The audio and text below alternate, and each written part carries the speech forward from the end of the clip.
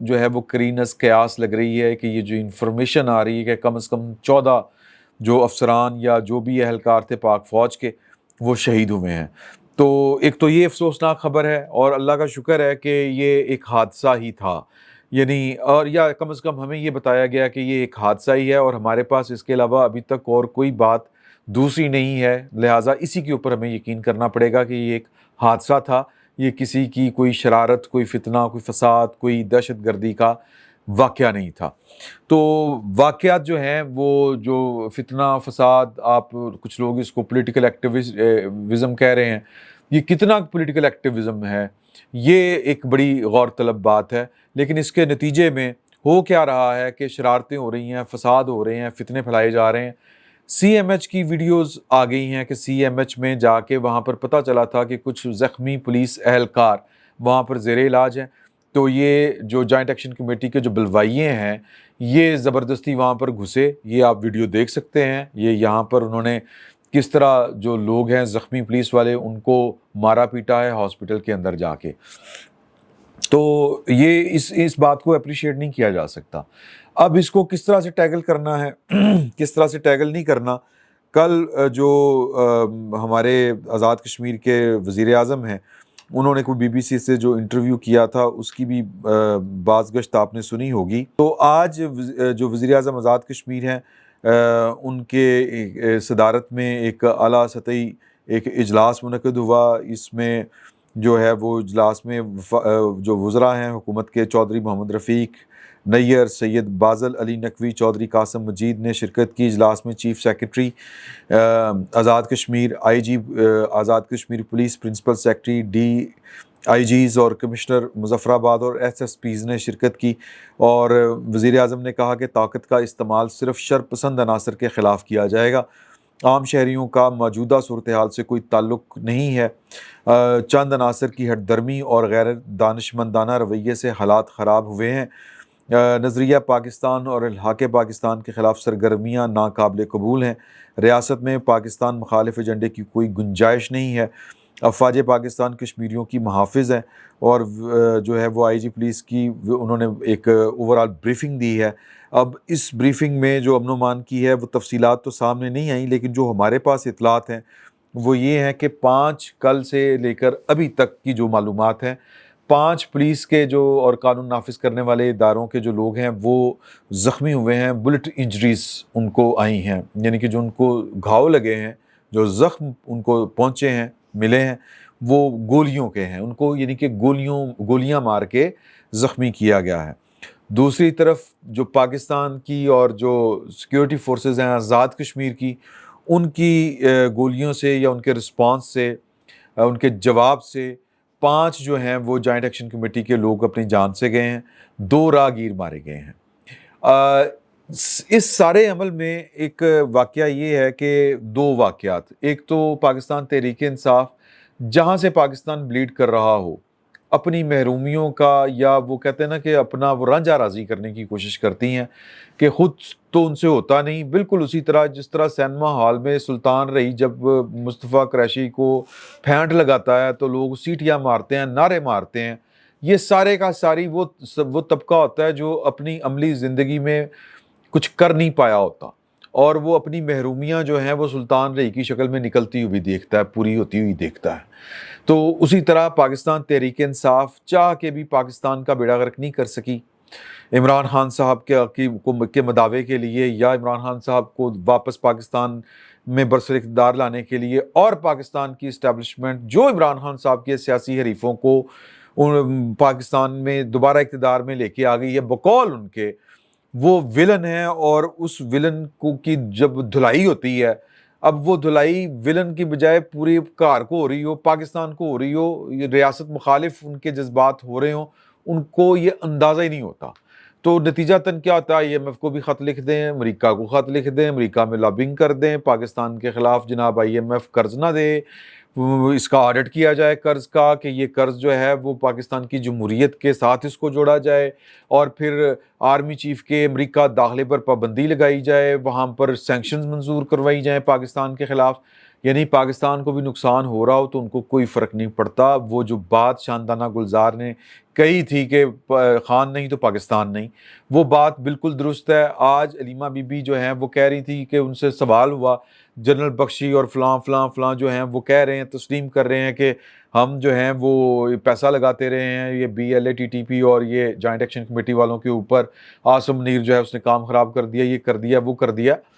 تو انہوں نے کہا کہ جی جب آپ کے اندر حالات خراب ہوں گے تو پھر دشمن تو فائدہ اٹھائیں گے, یہ ہے وہ ہے. لیکن مطلب یہ کہ ان کی پوری حمایت میں وہ پوری تقریر کر رہی تھیں, اور ان کے نزدیک سارے مسئلے اندر اکو حل نواب ٹیول. وہ کہہ رہی تھی خان صاحب نو باہر کڈو تو مسئلے ٹھیک ہو جان گے, یعنی کہ خان صاحب نو باہر کڈو امریکہ اور ایران کی جنگ رک سکتی ہے, خان صاحب نو باہر کڈو افغانستان پاکستان کی جنگ رک سکتی ہے, خان صاحب نو باہر کڈو تو کشمیر اور بھائی جان خان صاحب کی وجہ سے تو پاکستان کا اور کشمیر کا بیڑا غرق ہوا ہے. یہ جو باجوہ صاحب اینڈ کمپنی اور رحیل شریف اینڈ کمپنی اور جو کیانی اینڈ کمپنی تھی, یہ انہی کے بیڑے غرق ہوئے ہوئے ہیں جو اس وقت پاکستان کو جو گلے پڑی ہوئی ہیں چیزیں. اور پھر اس کے اوپر پھر ایک اور جو ہے وہ بات اس طرح سے چل رہی ہے کہ یہاں پر جو پاکستان کی بربادی کے نام کے اوپر جو لوگ خوش ہوتے ہیں, یا جہاں پر پاکستان بلیڈ کر رہا ہو, ان کا رانجھے راضی شروع ہونے جاتے ہیں. وہ صرف پاکستان پیپلز پارٹی والے نہیں ہیں, وہ لیفٹ والے بھی, میں معافی چاہتا ہوں, وہ ہیں جن کے ارمان پورے نہیں ہوئے ہیں جی. پھر وہ پتہ نہیں کب لیفٹ سے لبرل ہو گئے اور ان کو پتہ ہی نہیں چلا. اب وہ پتہ نہیں لبرل بھی کس قسم کے ہیں, پتہ نہیں. وہ پھر مجھے حامد میر صاحب کو نہیں لبرل کہہ دیتے ہیں. مجھے ان کی بات یاد آتی ہے کہ جتنے وہ ہے نا انہوں نے انترو اینچ کر کے انگڑائی لیندے ہے پاکستان مخالف جذبہ نا, یوں کر کے. وہ پھر کہہ رہے ہیں نہیں لوگ تو بڑے آ رہے ہیں, اتنے جلوس بڑے نکل رہے ہیں, بڑے نکل رہے ہیں, دکاناں جڑیاں بند ہوئی ہیں سارے انہوں نے نال نے, جلوس بڑے. میں نے پتہ کیا ہے, میں نے کہا سنیا جلوس تو کہنا جی جلوس آگے نے فرض کریں تو پھر پائے نے ٹینشن کا دی, پھر تو کامیاب ہو گئے جنہوں نے کرنا ہے. تو جلوس جو ہیں وہ نہیں نکل رہے, انریسٹ ہے, اس میں بھی کوئی شک والی بات نہیں ہے.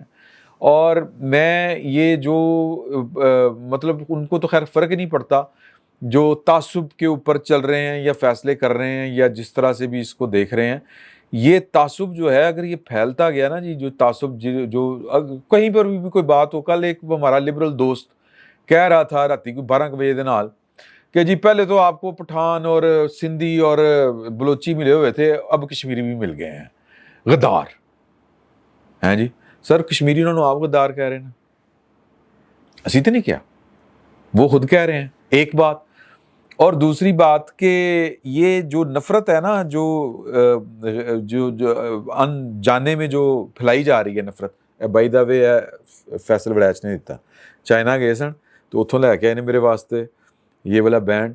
آپ 2-3 لاکھ روپے دے کیمرے لے آئے نے, ساڑھے واسطے سانوں یہ ٹرکا دیتا. تو بیسیکلی یہ جو تعصب ہے یہ پاکستان کے خلاف ہو یا پھر پاکستان کی اسٹیبلشمنٹ کے خلاف ہو, بیسیکلی یہ پھر پنجابیوں کے خلاف. مجھے یہ لگتا ہے کہ یہ بائی ڈیزائن ہے, یہ اتفاقاً نہیں ہے. اور ظاہر ہے کہ عام آدمی کو تو اس کا ادراک نہیں ہو سکتا. عام آدمی تو حالات کی رو میں, جذبات کی رو میں بہک جاتا ہے اور اس کو پتہ بھی نہیں ہوتا کہ وہ بیچارہ کن کے ہاتھوں استعمال ہو رہا ہے. بلکہ یہ کچھ چند ایک لوگ ہوتے ہیں اور یہ کوئی بہت بڑے تعداد میں بھی نہیں ہوتے جو بیسیکلی یہ ایک نیریٹو بنا رہے. 37 مذاق وہ جو دعوے ہیں یا جو شرائط ہیں 38 یا 37 وہ نکال کے پڑھیں آپ.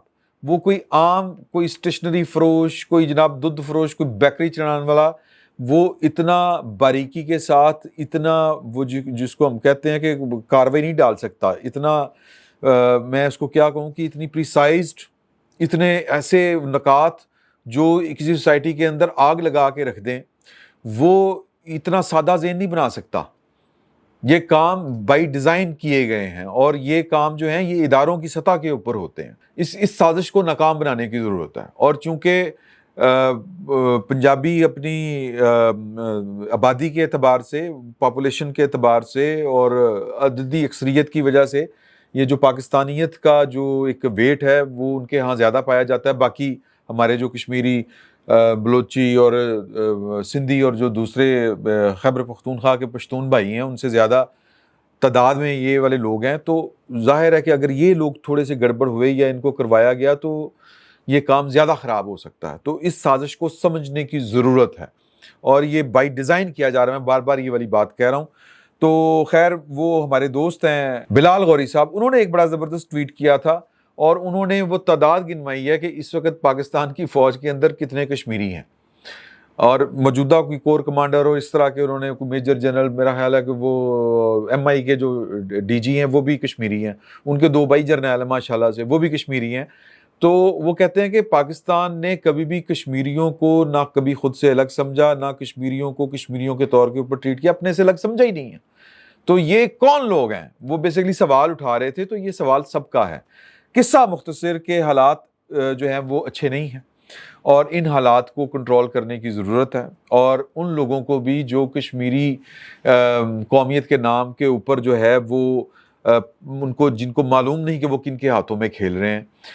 علیمہ بی بی کا میں نے آپ کو بتا دیا، شہزاد اکبر صاحب اور وہ اظہر مشوانی صاحب وہ کل لنڈن میں ایک اس طرح کے پروٹیسٹ میں تھے جو سپانسرڈ بائی وہ والے کشمیری جو اپنے آپ کو پتہ نہیں کیا سمجھتے ہیں، جن کے نزدیک جو ہے وہ کشمیریوں کی بالکل پاکستان اور مسلمانوں سے الگ شناخت ہونی چاہیے، یہ بلا بلا بلا. تو وہ وہاں پر کل جلسہ کر رہے تھے، اور چونکہ آزاد کشمیر کی حکومت نے کچھ 4 لوگوں کے سروں کی قیمت جو ہے، یا ان کی ہیڈ منی یا ان کی اطلاع دینے والوں کے لیے 1 کروڑ روپے انعام رکھا ہے. تو وہ جواباً انگلینڈ میں کھڑے ہو کے بریگیڈیئر فائق اور جو ہے وہ آئی جی پنجاب آئی جی آزاد کشمیر پولیس جو ہے ملک لیاقت، ان کے سروں کے اوپر 10-10 کروڑ روپے کی قیمت وہ رکھ رہے تھے وہاں پر بیٹھ کے. تو نفرتیں پھیلانے کی کوشش ہے. اب ان نفرتوں کو دور کس طرح سے کرنا ہے، ان کو ختم کس طرح سے کرنا ہے، یہ ذمہ داری پاکستان کی جو پولیٹیکل لیڈرشپ ہے یہ اس کے کندھوں کے اوپر آتی ہے. اور اس بات کو سمجھیں کہ یہ انٹرنیشنلی یا پھر جو بھی قوتیں پاکستان کے اندر اس طرح کا ادھم مچا رہی ہیں، وہ اس لیے مچا رہی ہیں کہ پاکستان کو آپ فائر پاور کے ذریعے، حربی، کائنیٹکلی یا فوجی اعتبار سے، طاقت کے بل بوتے کے اوپر آپ اس طرح سے ختم نہیں کر سکتے. لمبی جنگ لڑنی پڑے گی، بہت نقصان اٹھانا پڑے گا. تو طریقہ کار کیا ہے کہ پاکستان کو اندر سے اس کی فالٹ لائنز جو ہیں ان کو چھیڑا جائے اور اس کو سب ختم کیا جائے. تو یہ اسی سلسلے کی ایک کڑی ہے، یہ B L A, T T P اور اب جوائنٹ ایکشن کمیٹی. تو اگین یہ پاکستان کی جو اعلیٰ درجے کی سیاسی قیادت ہے، یہ ان کی ذمہ داری ہے کہ وہ ان سازشوں کو بے نقاب بھی کریں اور ان کا تدارک بھی کریں، نہیں تو کام لگ جانا پائیں. تو یہ ابھی تک کی خبریں تھیں. مزید خبروں تک آپ سے اجازت. اللہ حافظ. 999 کمیونیکیشن، ڈیجیٹل میڈیا اور یوٹیوب چینلز کی دنیا میں بڑی کامیابیاں سمیٹنے کے بعد اب ویب نیوز، ویب چینل اور یوٹیوب نیوز چینل کی طرف قدم بڑھا رہا ہے، جس کے لیے ہمیں ملک بھر میں رپورٹرز کی ضرورت ہے. خواہش مند حضرات و خواتین نیچے دیے گئے نمبر پر رابطہ کریں. What's app +92 309 1226 999.